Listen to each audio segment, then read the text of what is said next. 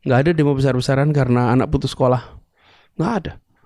Nah ini menurut saya harus ada tekanan politik supaya ada push Proses. untuk melakukan. Kita senang kalau yang memimpin sudah peduli pada pendidikan tanpa ada tekanan politik. Ya. Itu ideal tuh.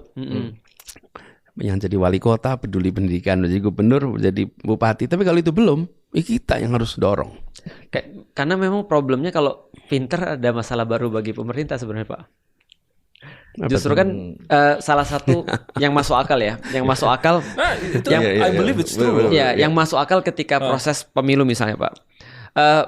Ada yang bilang begini sama Pak Anies. Dia bilang gini, Pak Anies itu ngomong addressing dengan satu kalimat-kalimat dengan pemikiran-pemikiran yang itu mungkin tidak bisa ditangkap oleh sebagian besar orang-orang Indonesia.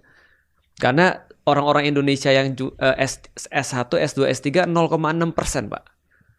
Sedangkan kita kan kerja untuk ngedidik orang kayak sepulang sekolah punya channel, aku punya channel untuk naikin taraf berpikir umat.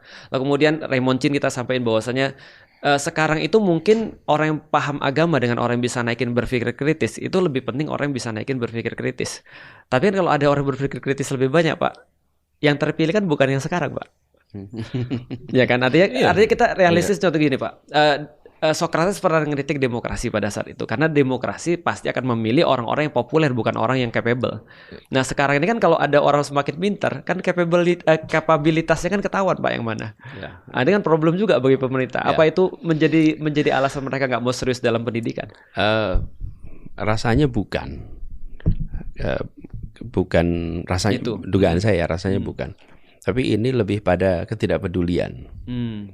Sebab kita semua punya pandangan, bukan kita semua lah, pengambil keputusan itu menginginkan perekonomian kita menjadi lebih maju.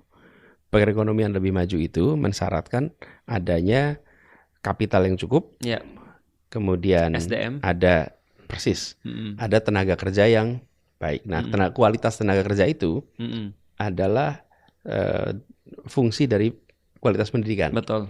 Karena itu untuk menggerakkan perekonomian supaya lebih sejahtera, otomatis rakyatnya harus lebih terdidik. Jadi